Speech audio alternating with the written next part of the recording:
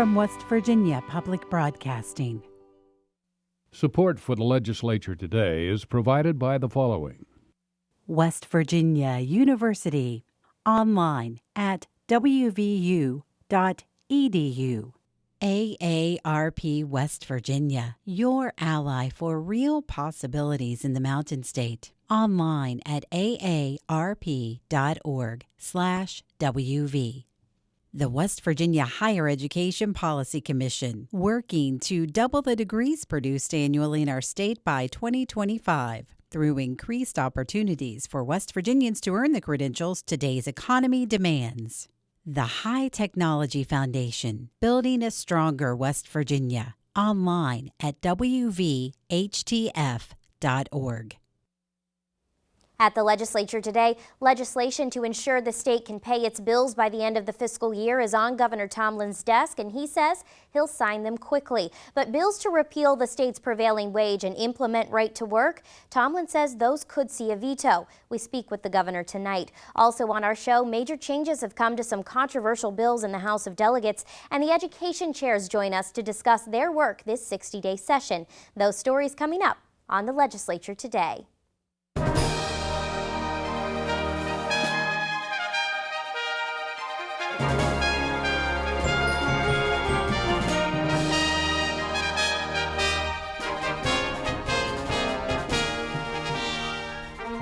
Good evening, I'm Ashton Mara. As the vote to repeal the state's prevailing wage draws closer in the West Virginia Senate, Democratic members of the chamber are not being silent about their opposition. Today, 2 senators tried to amend the legislation on the floor. House Bill 4005, repealing the state's prevailing wage, was on second reading in the Senate Wednesday. Prevailing wage is the hourly rate and benefits paid to workers on state-funded construction projects. Members of the GOP maintain it artificially inflates wage rates and, if repealed, would save taxpayers money. Democrats say repeal would lower wages for workers across the state. Senator Herb Snyder of Jefferson County made the first attempt to amend the bill. His amendment would repeal the state's prevailing wage rate, but instead put the federally calculated prevailing wage in place. That federal rate is referred to as the Davis-Bacon wage, after the 2 congressmen who first introduced the bill in the 1930s. Gets the state of West Virginia completely out of the calculation business, doesn't try to recalculate anything. It's all done at the federal level, and they've been doing it for many, many, many decades, and it's been refined many, many, many times. Republican members of the chamber stood to speak against the amendment, including Senate Majority Leader Mitch Carmichael. And, one of the things I might take exception with to my good friend from Jefferson was the fact that if we do not adopt his amendment instilling the Davis-Bacon wage rates, that we will be left with nothing. Well, what I would say is what we will be left with is capitalism, is free markets. The amendment failed on a party line vote. Democratic Senator Mike Romano also attempted to amend the repeal bill. Romano wanted language added to the bill that would require West Virginia workers be given preference on government work sites. If that's not possible, the amendment requires that preference be given to laborers, workers, or mechanics that are U.S. citizens. We can help West Virginia workers. We can help them if we don't want to help them by making sure that it's a level playing field when competing with out-of-state contractors, then we can certainly make sure that they get the first bite of the apple of our public money and public projects. His amendment also failed on a party line vote, with all 18 Republicans voting against it. The full repeal bill will be up for a final vote in the chamber Thursday. Over in the House, delegates made changes to 2 bills that have drawn crowds to the Capitol in protest this session. A bill to make West Virginia a right-to-work state will be up for a vote in the chamber tomorrow, while the Religious Freedom Restoration Act is still making its way through the committee process. Liz McCormick details the changes lawmakers made to the legislation today. Senate Bill 1 was on second reading in the House today. It's the West Virginia Workplace Freedom Act, or more commonly known as Right to Work. This bill would make it illegal for a company to fire someone who refuses to join a union or refuses to pay union fees or dues. Supporters say it protects the rights of workers who disagree with unions politically, but those who oppose it say if non-union employees in union workplaces no longer pay those fees, they'll struggle to provide services like contract negotiations. House Judiciary Chairman Delegate John Schott of Mercer County proposed an amendment that changes some of the language in the Senate's version of the bill. Strike and insert basically replaces the Senate bill with a much simpler version of the Right to Work bill. It eliminates some administrative features. It eliminates some confusing language regarding a daily penalty, a continuation of a daily penalty. It clarifies the rights that an employee who is wrongfully terminated as a result of the employer's action in forcing the person to join a union or not allowing the person to leave the union without being terminated. So it's basically an overall clarification and simplification of the original version. The amendment passed, but not without obvious division along party lines. The Right to Work bill will be up for a final vote tomorrow in the House. In the House Judiciary Committee this morning, members took up House Bill 4012, the West Virginia Religious Freedom Restoration Act. In its introduced version, this bill would ensure that all cases where state action substantially burdens the practice of a person's religion, judges would be directed to apply strict scrutiny in court procedures. The bill also provides a claim or defense to the person who felt they were wronged. Members of the House Judiciary Committee took up a committee substitute of the bill that proposed some changes. Again, House Judiciary Chairman John Schott. Well, the committee substitute basically intends to track the language of the federal bill that's been in effect since, I think, 1993. And it's also intended to clarify that the West Virginia Constitution, Article 3, is basically the basis for our religious freedoms and codify, in other words, put into the law the test that courts would apply in determining whether or not a person's interest has been substantially burdened by an action of the state government, some agency of the state government. And it's sort of a balancing test. The court has to weigh various factors in order to determine whether the action of the state agency or the state government is appropriate or whether it violates the person's rights under our state constitution. Those in opposition to this bill feel it would create a license to discriminate. However, supporters say by having a standard in place for courts to follow, it would determine whether a claim stemmed from a sincere religious belief. What we're trying to do is create a system, a process in which these claims can be litigated with predictable standards. So while the outcome may vary from situation to situation, the standards will be the same. The House Judiciary Committee continued to look at this bill into the afternoon. For the Legislature Today, I'm Liz McCormick in the House. The Religious Freedom Restoration Act was approved by the House Judiciary Committee this afternoon. It now goes to the full House for consideration. As we just saw, lawmakers will vote on the right to work and prevailing wage repeal provisions tomorrow, but Governor Tomblin is already saying he'll consider vetoing both measures. The governor sat down with me this afternoon to discuss those bills and the state of West Virginia's finances. Governor, thank you so much for your time this afternoon. I'm glad to be here. So I want to start first with some supplemental appropriations bills that you presented to the legislature. Those have been approved by both the House and Senate and are coming back to you for your signature. Explain to us again why these bills are so important. Well, the thing we've got to realize that we're kind of working on two budgets right now because of the revenue shortfalls in the current year's budget, fiscal year 2016. That's the reason I need the supplementals now, to make sure that after this week that we're able to pay our bills, pay for the programs and services that the state buys. And that's very important because we don't want to get behind on our bills. Then the second part of it is to continue with the other proposals I've made is basically will affect 2017 budget and beyond. So it's very important that the legislature do get the supplementals passed. It's taken over a little bit over $50 million from the rainy day fund for this current year's bills. There's other pockets of money that we've been able to identify that's not necessarily, has to be used right now that we were able to, identify, and the legislature has now, I think, agreed to, and both houses, I think, have passed the supplementals, which will help get us on through this year. Obviously, the other proposals are the 45 cents tax on cigarettes, which will basically, raise somewhere around $71 million next year, but nearly half of that money, or maybe more than half of that money, I'm proposing that will go into to fund PEIA. Obviously, we know that there's about $120 million shortfall that the Finance Board have predicted. Basically, this, along with rebidding some prescription drug contracts and other funds, will be able to really lessen the impact that this shortfall is going to have on our public employees and teachers. And then the other part was eliminating the exemption on the communications tax, basically 6% on cell and landline phones, like 41 other states have. That will give us another $60+ million, which will really help us balance our budget for 2017. So, once again, there's the most important thing to me right now is getting the money we need to finish out this current year's fiscal year, and it's getting a third of the way through the session now. I was getting a little bit nervous about it, but we do have timelines when the state would actually run out of money if these bills are not passed, and I'll sign them into law.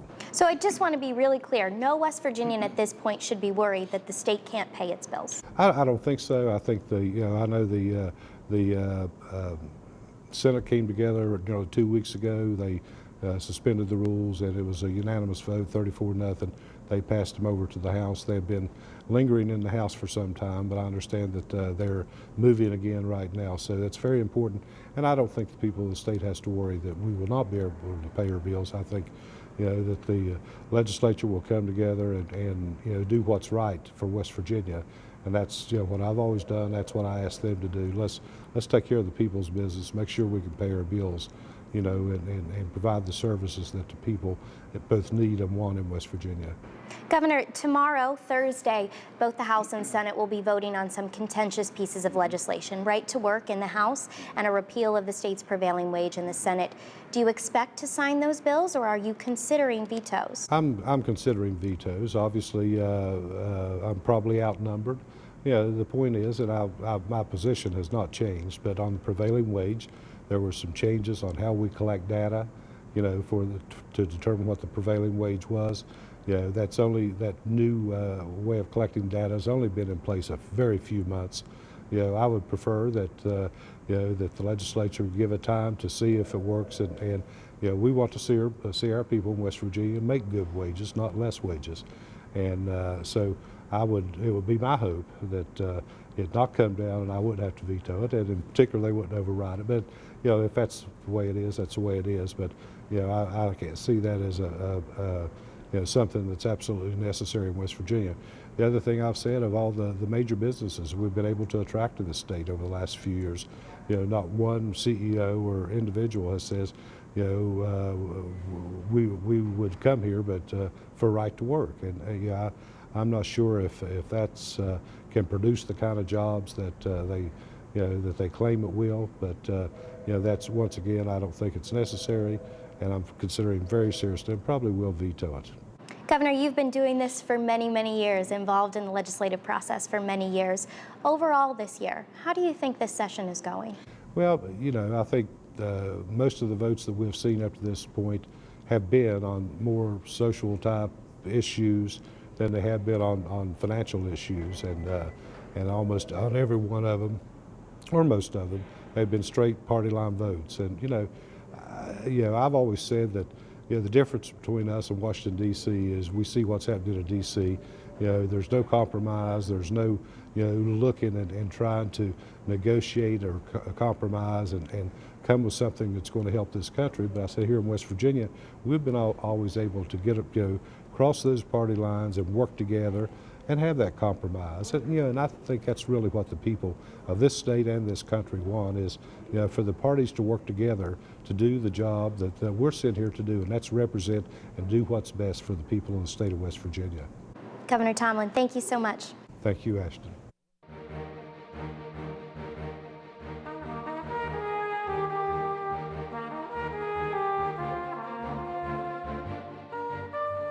Bill Cole was elected to the West Virginia Senate in 2012. A Republican, he's from Mercer County, representing the 6th Senatorial District. Cole serves as the Senate President and the chair of the Committee on Rules.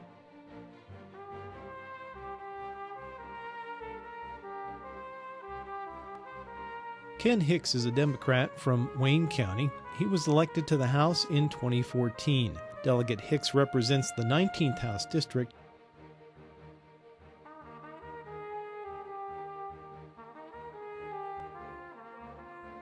Don Perdue was first elected to the House of Delegates in 1998. A Democrat, he's from Wayne County. He's the executive director of the Wayne County Economic Development Authority. Justin Markham is a Democrat from Mingo County. He represents the state's 20th House of Delegates district. Delegate Markham was first appointed to his seat in 2012 and won election that same year.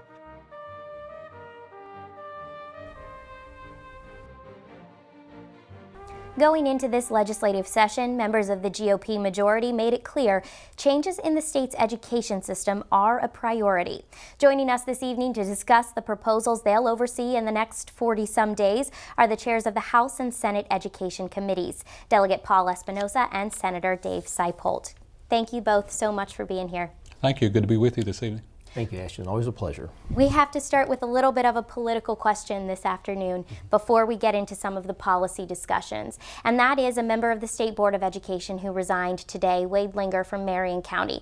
In his resignation letter, he said, quote, "It is impossible for the state board to be effective in carrying out its mission under current conditions, particularly in the legislature." Basically a letter saying the legislature's too involved in the education process. I'm going to ask you both to respond to that. Senator, can we start with you? Oh, absolutely. You know, I haven't really read his response or his resignation yet, so I don't know all the facts behind his reasoning. However, I would say that the West Virginia Constitution provides for a place for the legislature and a place for the Board of Education. And if the board feels that we're stepping on their toes, that's what we have the judiciary for, and the Supreme Court can sort all that out. Delegate, do you have a response to Mr. Linger? Well, like Senator Seipolt, I haven't had an opportunity to review Mr. Linger's comments. Since being elected to the legislature in 2012, I had an opportunity to work with Mr. Linger and have enjoyed our working relationship. Certainly regret that he's decided to step down. Like Senator Seipolt, you know, clearly the Constitution indicates that both the board and the legislature has a role, and I certainly recognize there's going to be times when, you know, the line gets a little blurred as to where one responsibility starts and the other begins. But clearly we do have a role under the Constitution, and but I certainly wish Mr. Linger well, and certainly want to have a good, strong working relationship with the Board of Education. Well, let's start talking about some of the policies that the legislature is overseeing. And Senator, I want to start with a bill that was approved in the Senate today. That bill basically reduced the number of reports that the Legislative Oversight Commission on Education Accountability receives. Are you all giving up some of your oversight to the education system? Actually, not as much as it would seem. Up to this point, I think the number of reports that come before LOCIA has increased over the years. I think we're up to about 65 now, and especially with the reduced number of interim committee meetings we had, it was tough to even fit them all in and have a chance to talk about them all. We discovered by looking through the code that there were a lot of reports which were duplicative, some information that can be found in other places. Sometimes we can reduce the number of reports, things which are not pertinent anymore. So I don't think that it was ceding any oversight. It was more just right-sizing it and maybe reducing some of the administrative overhead. Delegate, when we had the senator here last year, he talked a lot about public charter schools. That bill started in the Senate and they worked on it for weeks, and it ended up not passing last session. Now the House is dealing with public charter schools. You all are leading that bill this year. What are you doing differently this year to ensure that bill will pass? Well, certainly the Senate did a lot of good work on that legislation last year, so it's not as if we're starting from scratch. We essentially took the Senate version of the bill, and as one of only 7 states in the country that do not currently authorize public charter schools, we do have the benefit of being able to see what works and, almost as importantly, what doesn't work. And so what we've tried to do is to build off of the legislation that was passed out of the Senate last year. We ran out of time, of course, in the House. We've tried to incorporate many of the lessons learned from around the state, particularly from those high-performing states that have very strong public charter system, and try to incorporate that in our legislation. So we're still working through the legislation, obviously trying to educate our members as to what the various provisions are, because there are some key differences. One of the things, I think one of the lessons learned is that you have to have very strong authorization of public charter school applications. And so in addition to having local school boards authorized to be an authorizer, we also create a state oversight board similar to that's been established in I think 16 or 17 other states around the country, to provide strong authorization and oversight for those counties that perhaps don't feel that they're capable of fulfilling that role. So again, working through that process, and certainly have some work to do on it, but I do think generally folks do agree that providing additional flexibility, additional options for parents is a good thing. Well, Senator, that oversight, that was an issue that some of the senators on your committee brought up about their concern was there wasn't enough oversight to these charter schools. Do you think this bill is going to satisfy those concerns? I'm not sure yet. Actually, I was going to wait and see what the House does with it. Where it starts is not nearly as important as where it ends up. I'm sure there will be amendments in the process and a lot of good discussion. As you recall from last year in the Senate, we started with one bill and what we ended up with was entirely different. But I think oversight is absolutely paramount to the education process, and we need to make sure that we keep our education process on track. Well, Ashton, I think one of the things, one of those lessons learned that seems to be pretty prevalent among the most successful public charter school models around the country is that certainly additional increased flexibility is a key aspect of public charter schools. However, if you don't marry that with heightened accountability, you don't necessarily see the improved results or the outcomes that public charting schools outline in their applications. So that is very key to have both the flexibility but also strong oversight. We started talking about a State Board of Education member who resigned, and one place that the legislature and the State Board of Ed have clashed, I think is fair to say, over the past year or so, is when it comes to Common Core education standards. The board has repealed those standards and during the next school year has replaced them with another set.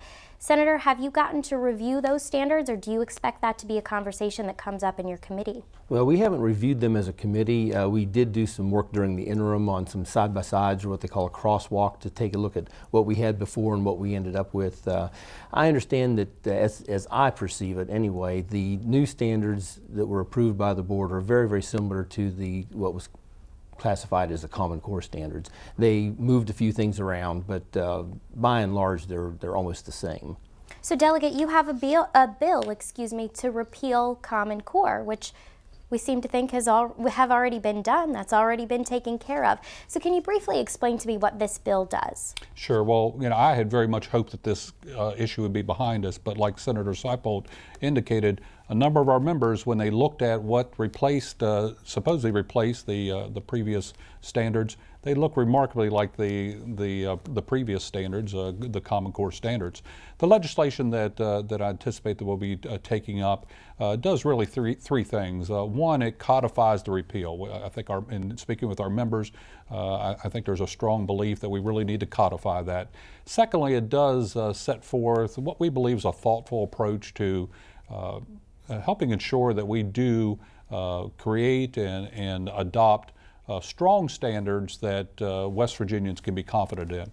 And then thirdly, it addresses the whole question of assessments. I think one of the things that I know I and many of my colleagues hear repeatedly is just the concerns over testing, the amount of testing associated with the year-end assessments. And so one of the concerns, frankly, is that if the new adopted standards are really so different than the Common Core standards, how are we able to use the same assessment that we've been using with the Common Core standards? So again, while attempting not to micromanage, because I know that's a concern that the board and others have, it does set forth a process by which we can adopt an assessment tool that, again, we believe that parents and other interested parties can have confidence in. I do want to just briefly mention that you're having a public hearing on that bill tomorrow at 9 a.m., and we will be carrying that live on our West Virginia channel and on our website, wvpublic.org. Appreciate your coverage of that. Thank you so much. Delegate Espinoza, Senator Seipold, thank you so much for joining me. Thank you. Good to be with you. Thank you. Again, tomorrow, the House of Delegates will vote on the proposed right-to-work legislation, and the Senate will vote on a repeal of the state's prevailing wage. You can watch those votes live on the West Virginia channel at 11 a.m. tomorrow or on our website, wvpublic.org. This has been the Legislature Today. I'm Ashton Mara. Thanks for joining us.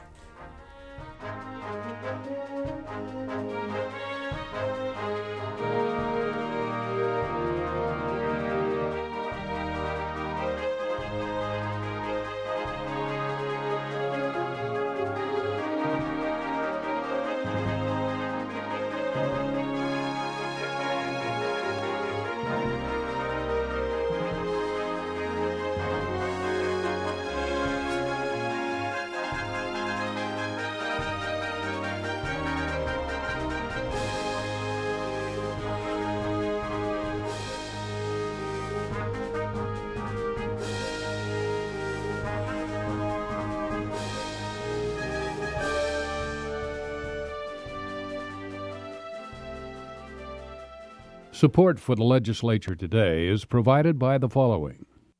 West Virginia University, online at wvu.edu. AARP West Virginia, your ally for real possibilities in the Mountain State. Online at aarp.org/WV. The West Virginia Higher Education Policy Commission, working to double the degrees produced annually in our state by 2025 through increased opportunities for West Virginians to earn the credentials today's economy demands. The High Technology Foundation, building a stronger West Virginia. Online at wvhtf.org.